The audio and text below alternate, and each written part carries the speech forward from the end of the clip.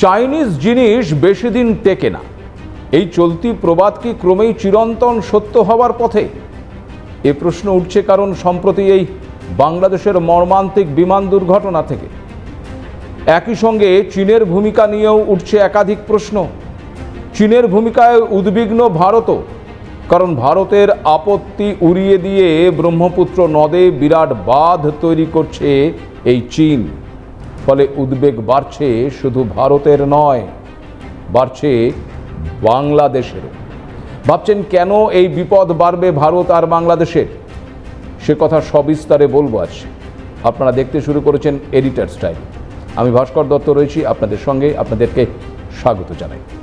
আপনারা সকলেই এই বাংলাদেশের মর্মান্তিক বিমান দুর্ঘটনার খবরটি জেনে গেছেন। সোমবার রাজধানী ঢাকার উত্তরায় মাইলস্টোন স্কুল অ্যান্ড কলেজের ওপর ভেঙে পড়ে চীনের তৈরি বাংলাদেশের এই যুদ্ধ বিমানটি, যেখানে একাধিক শিশুসহ বহুজনের মৃত্যু হয়েছে, আহত শতাধিক। ক্লাস চলাকালীনই স্কুল বিল্ডিংয়ের ওপর ভেঙে পড়ে এই যুদ্ধ বিমানটি, ঠিক যেমন কয়েকদিন আগে গুজরাটের আহমেদাবাদে মেডিকেল কলেজের হোস্টেলের ওপর ভেঙে পড়েছিল যাত্রীবাহী বিমান, যার ফলে বহু বিমান যাত্রী শুধু নয়, দুর্ঘটনার বলি হয়েছিলেন ওই মেডিকেল কলেজ হোস্টেলের আবাসিকরাও এবং আশেপাশে এলাকার বাসিন্দারাও। বাংলাদেশের আন্তঃবাহিনী জনসংযোগ দপ্তর জানিয়েছে বিমানটির মডেল ছিল FT-7BGI। এখানে আপনাদেরকে জানিয়ে রাখি, 2011 সালে চীনের সঙ্গে 16টি যুদ্ধ বিমান সরবরাহের জন্য চুক্তি স্বাক্ষর করে বাংলাদেশ। 2013 সাল নাগাদ চুক্তি অনুযায়ী বাংলাদেশকে এই যুদ্ধ বিমানগুলো দেয় চীন। সূত্র বলছে বাংলাদেশ বিমান বাহিনীর মোট 36টি F-7 যুদ্ধ বিমান রয়েছে। এর মধ্যে বেশিরভাগই F-7BGI ভ্যারিয়েন্ট। আর এই F-7BGI মূলত বাংলাদেশের জন্যই আলাদা করে তৈরি করেছিল বেজিং। অথচ অতীত বলছে চীনের তৈরি এই বিমানগুলো যতই অত্যাধুনিক হোক না কেন, পারফরমেন্সের দিক থেকে সেগুলো মোটেই খুব একটা আহামরি নয়। 2018 সালের নভেম্বরে বাংলাদেশের টাঙ্গাইলের মধুপুরের রসুলপুরের ফায়ারিং রেঞ্জে মহড়ার সময় বিমান বাহিনীর এই F-7BG প্রশিক্ষণ বিমান ভেঙে পড়ে মৃত্যু হয়েছিল পাইলটের। এরপর 2021 সালের নভেম্বরেও চট্টগ্রামের জহুরুল হক ঘাঁটি থেকে ওড়ার পর বঙ্গোপসাগরে ভেঙে পড়েছিল এই F-7MB যুদ্ধ বিমান, তাতেও মৃত্যু হয়েছিল পাইলটের। সূত্র বলছে 2013 সালেই আনুষ্ঠানিকভাবে এই যুদ্ধ বিমানের উৎপাদন বন্ধ করে দেওয়া হয়েছিল। আর তাছাড়া এত যান্ত্রিক ত্রুটির পরেও, একাধিক দুর্ঘটনার পরেও যেমন বাংলাদেশ প্রশাসনের ভূমিকা নিয়ে প্রশ্ন দেখা দিচ্ছে, ঠিক তেমনই প্রশ্ন উঠছে চাইনিজ ওই যুদ্ধ বিমান নিয়েও। এখানেই প্রশ্ন উঠছে, চীনের ওপর অন্ধভাবে ভরসা করা বাংলাদেশের পক্ষে কি ভুল হলো? বাংলাদেশকে কি জেনে শুনে এই যুদ্ধ বিমানগুলো দিয়েছিল চীন? শুধু বাংলাদেশ নয়, খেয়াল করে দেখুন, ভারতের অপারেশন সিঁদুরের সময় পাকিস্তানের তরফে যে হামলা চালানোর প্রয়াস করা হয়েছিল ভারতের দিকে, ভারত অতি সহজেই সেই প্রতিটি হামলাকে প্রতিহত করেছিল। এমনকি যে এয়ার ডিফেন্স সিস্টেম পাকিস্তানের ছিল, সেই এয়ার ডিফেন্স সিস্টেম দিয়ে পাকিস্তান ভারতের কোনো হামলাই আটকাতে পারেনি। পরে জানা যায় সেই সব কিছুই নাকি আদতে ছিল ওই চাইনিজ প্রোডাক্ট, মানে চীনের দেওয়া। আর এখানেই সর্বৈবভাবে সত্যি হয়ে দাঁড়াচ্ছে ওই চলতি প্রবাদ, চাইনিজ প্রোডাক্ট বেশি দিন টেকে না।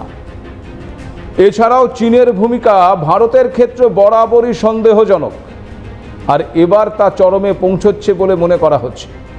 কারণ শনিবার চীনের প্রধানমন্ত্রী লি কিয়াং নিজেই হাজির ছিলেন তিব্বতের নিংচি শহরে, ইয়ারলুং শ্যাংপো নদীর তীরে, আর যেখানে এক অতিকায় জলবিদ্যুৎ প্রকল্পের ভিত্তিপ্রস্তর স্থাপন করলেন তিনি।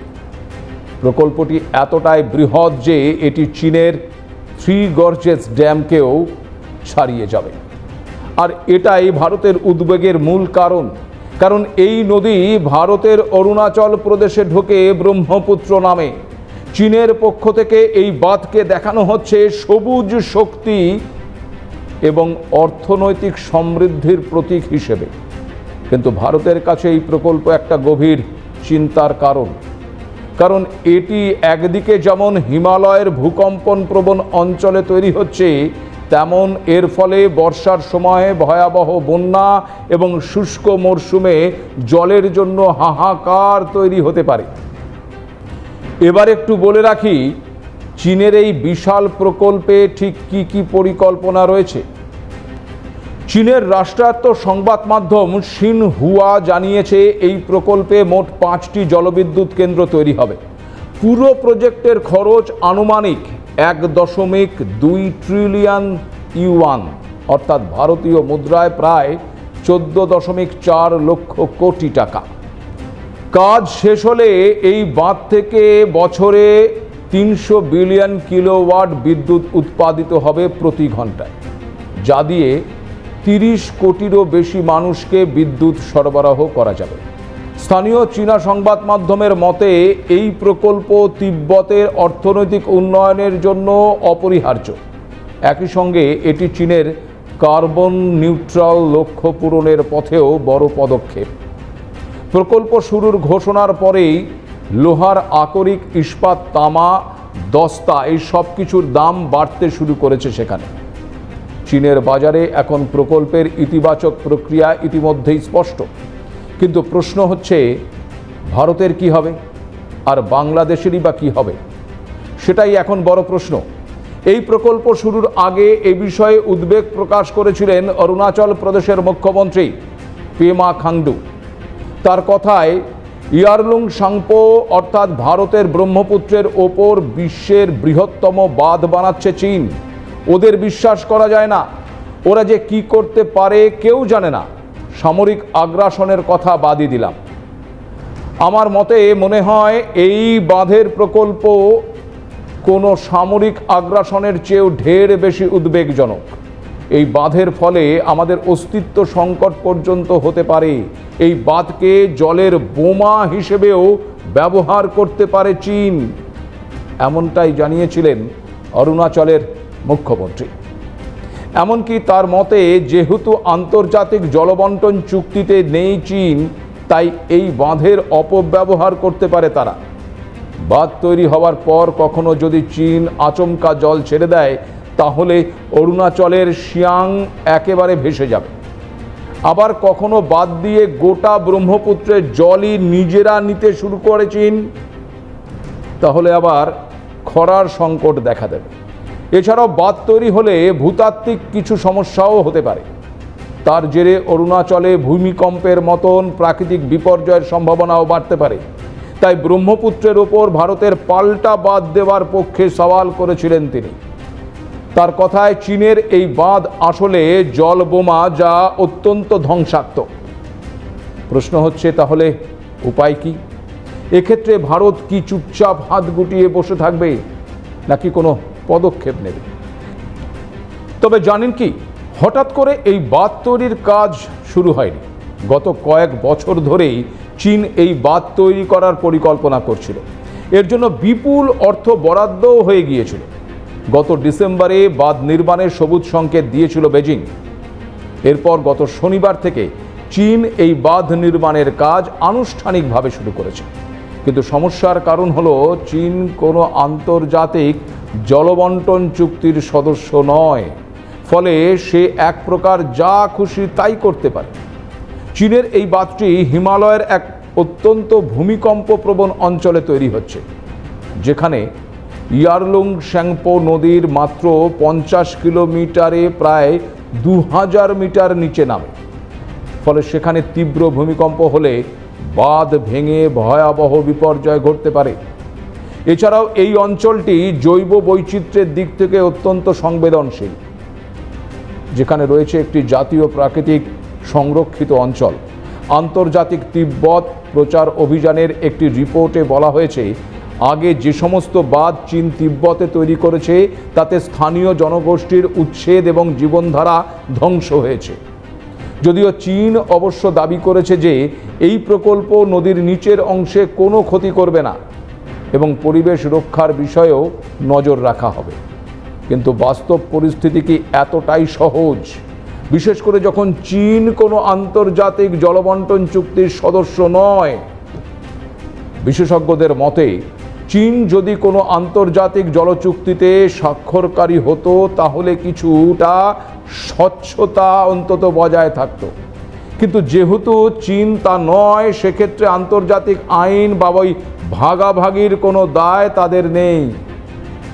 চীনের এই উচ্চাভিলাষী প্রকল্পের মধ্যে যেমন রয়েছে উন্নয়নের স্বপ্ন, তেমন লুকিয়ে আছে মারাত্মক ঝুঁকি।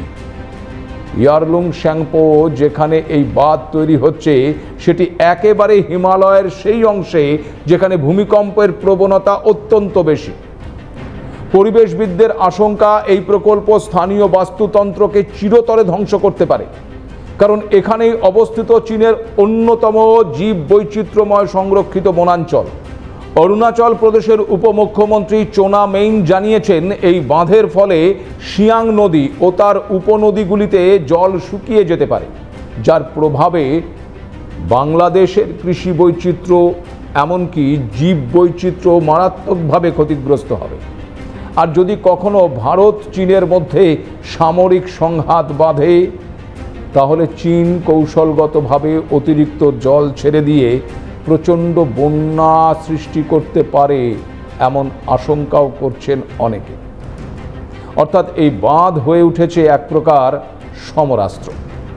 একাধিক বিশেষজ্ঞ মনে করছেন চীনের এই হাইড্রো পাওয়ার প্রকল্প শুধুমাত্র শক্তি উৎপাদনের বিষয় নয়, তাহলে কি এটা জল নির্ভর কূটনীতির অংশ? তেমনটাই মত বিশেষজ্ঞদের। 2022 সালে এশিয়া গ্লোবাল অনলাইনে লেখা এক বিশ্লেষণে এক বিশেষজ্ঞ জানিয়েছিলেন ভারতের মোট পানীয় জলের 30% এবং জলবিদ্যুৎ উৎপাদনের 40% আসে ওই ব্রহ্মপুত্র থেকে। চীনের জন্য যদিও ব্রহ্মপুত্র ততটা গুরুত্বপূর্ণ নয়, তবুও তিব্বতের কৃষি এবং জ্বালানি শিল্পে এই নদীর বড় ভূমিকা রয়েছে। তিনি সতর্ক করেছিলেন যে ভবিষ্যতে ভারতের সঙ্গে চীনের সম্পর্কের মূল বিবাদ বিন্দু হতে পারে এই জলসম্পদ, আর সেই সতর্ক বার্তাই যেন সত্যি হতে চলেছে।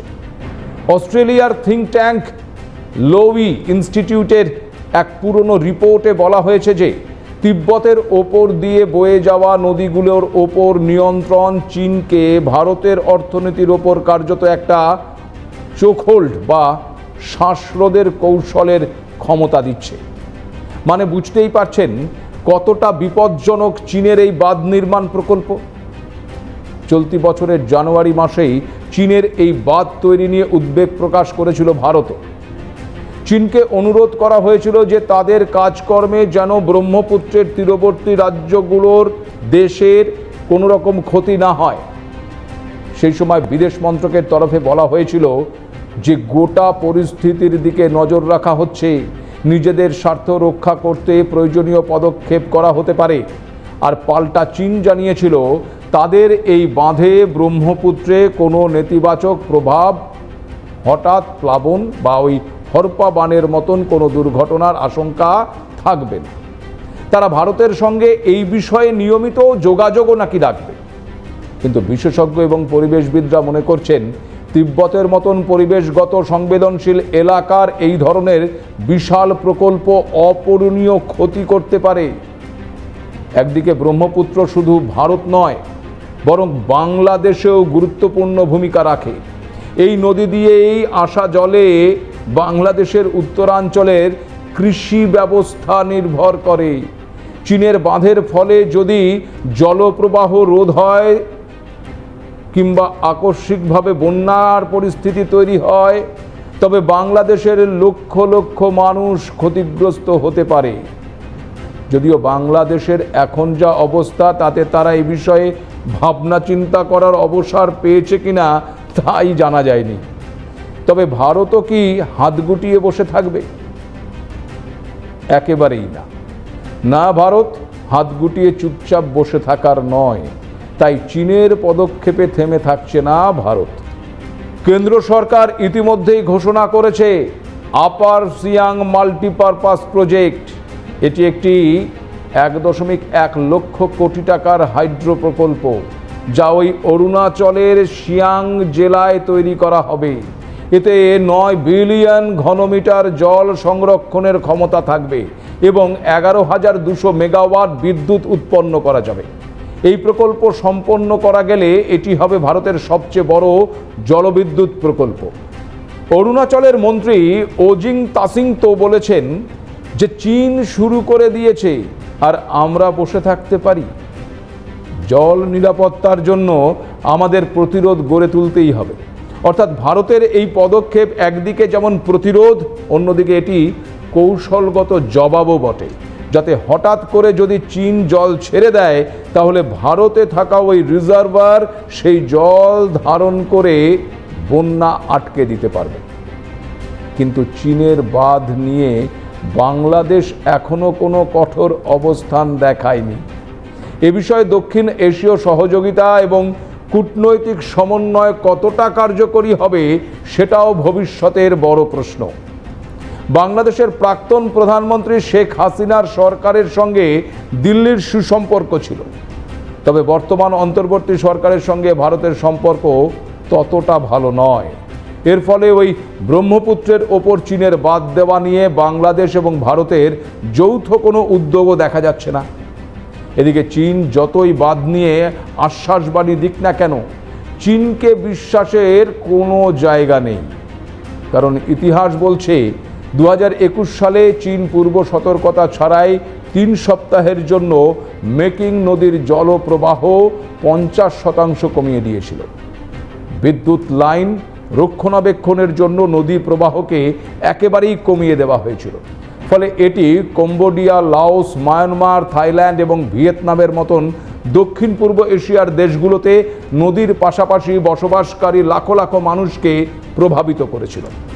আবার 2019 সালে এই মেকং নদীর উপরিভাগে অবস্থিত চীনের বাঁধগুলো রেকর্ড পরিমাণ জল ধরে রেখেছিল, যার ফলে নিম্নধারার দেশগুলোকে আর্দ্র মরশুমে খরার সম্মুখীন হতে হয়েছিল।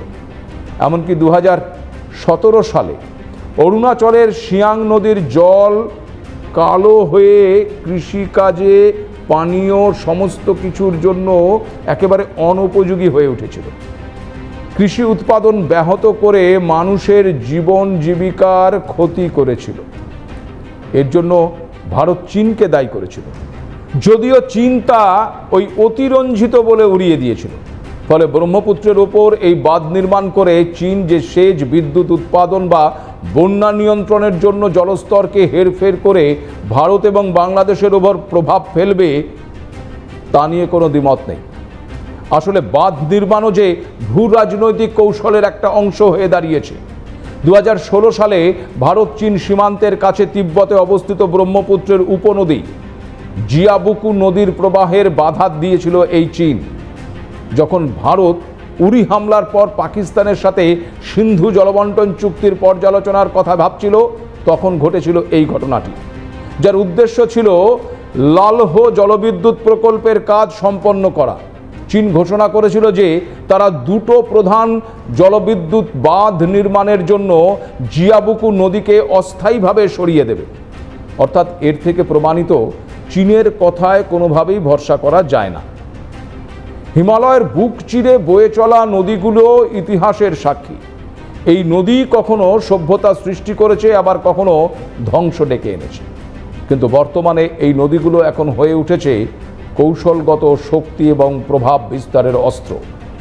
চীন তার প্রাকৃতিক সম্পদকে উন্নয়ন এবং সবুজ শক্তির মোড়কে ব্যবহার করতে চাইছে, কিন্তু যার গভীরে লুকিয়ে রয়েছে এক আশঙ্কার ভবিষ্যৎ, যেখানে জল কেবলমাত্র জীবন নয়, একসময় হয়ে উঠতে পারে ধ্বংসের রসদ। ভারত তাই এই মুহূর্তে সাবধানী কিন্তু প্রস্তুত। সিয়াং প্রকল্প কূটনৈতিক চাপ এবং আন্তর্জাতিক উদ্বেগ জাগিয়ে তুললে হয়তো ভবিষ্যতে সংকট এড়ানো যাবে। তবে বাস্তবতা এটাই যে জল এখন শুধু নদী নয়, হয়ে উঠেছে এক ভূরাজনৈতিক অস্ত্র। প্রশ্ন উঠছে, এই স্রোতকে কি আমরা শান্তিপূর্ণ প্রবাহে রূপান্তরিত করতে পারব, নাকি জলই হবে একবিংশ শতকের যুদ্ধের ইন্ধন? পৃথিবীর ইতিহাসে জল ছিল কখনো সভ্যতার সূতিকাগার, আবার কখনো সংঘাতের উৎস। কিন্তু একবিংশ শতকে এসে যখন জলবিদ্যুৎ হয়ে ওঠে, তখন তা কেবলমাত্র প্রকৃতি বা প্রয়োজনের বিষয় থাকে না, তা হয়ে ওঠে ওই কৌশল, কূটনীতি, এমনকি অস্ত্র। চীনের সদ্য শুরু হওয়া ইয়ারলুং শ্যাংপো নদীর ওপর মেগা হাইড্রো ড্যাম প্রকল্প এই প্রেক্ষিতেই এখন আন্তর্জাতিক আলোচনার কেন্দ্রবিন্দু। তাছাড়া চীন ও ভারতের মধ্যে সীমান্ত উত্তেজনা নতুন নয়, কিন্তু এখন সেই উত্তেজনা এক জলযুদ্ধের রূপ নিতে চলেছে। পাহাড়ের গায়ে শক্তি উৎপাদনের এই হাইড্রো প্রকল্পগুলো যেন হয়ে উঠেছে ভবিষ্যতের জল অস্ত্র। এখন সামনের বছরগুলোতে এই দুটো দেশের মধ্যে সম্পর্ক কতটা অবনতি হবে, নাকি কূটনীতির পথ ধরে মীমাংসা হবে, তা অবশ্য সময় বলবে। আজ এখানেই শেষ করছি। নমস্কার।